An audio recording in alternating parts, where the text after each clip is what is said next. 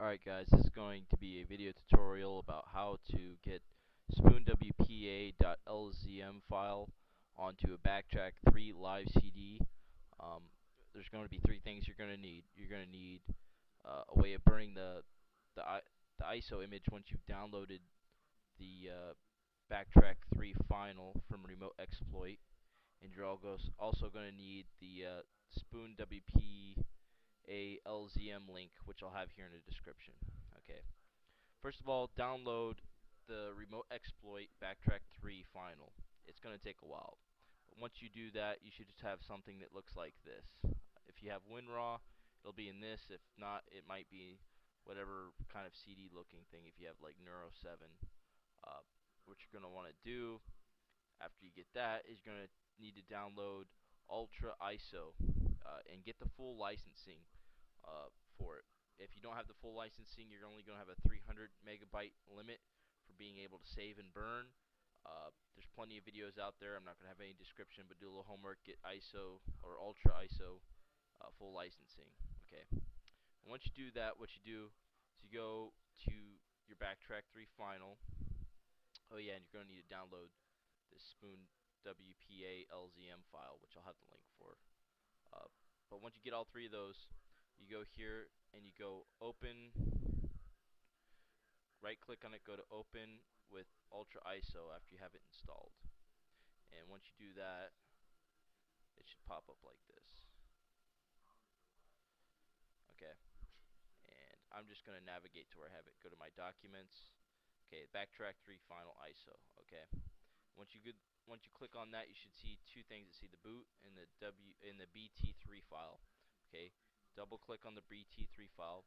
They say to put it in your models, but I put it in my base. So we're open up our base and we see all these .lzm files. Okay.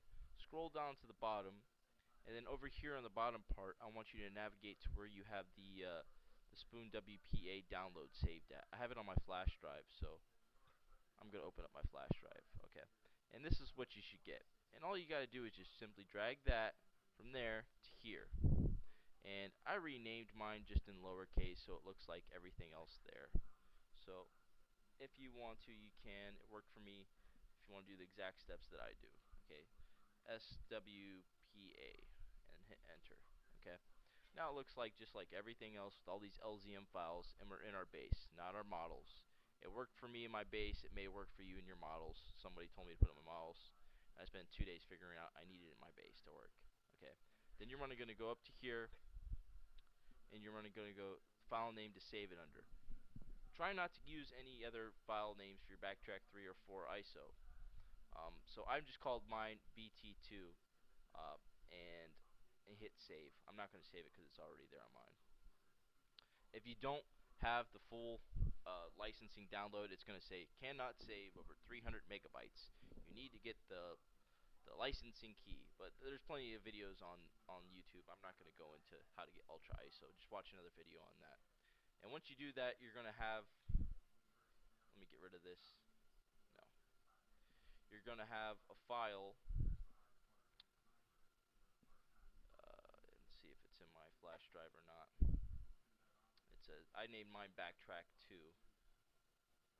And one way you can tell is the original files is 711 kilobytes, and after you do it, it's going to be 700, and it's not in here. It must be in my documents. Go there. It's going to be 713 kilobytes once you're done. See, there it is, BT2. And then you just right-click on whatever file to check and make sure.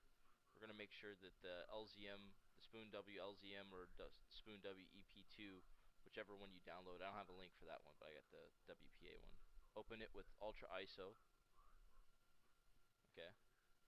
Minimize this. It's going to take a second or two, so just hang in there, guys.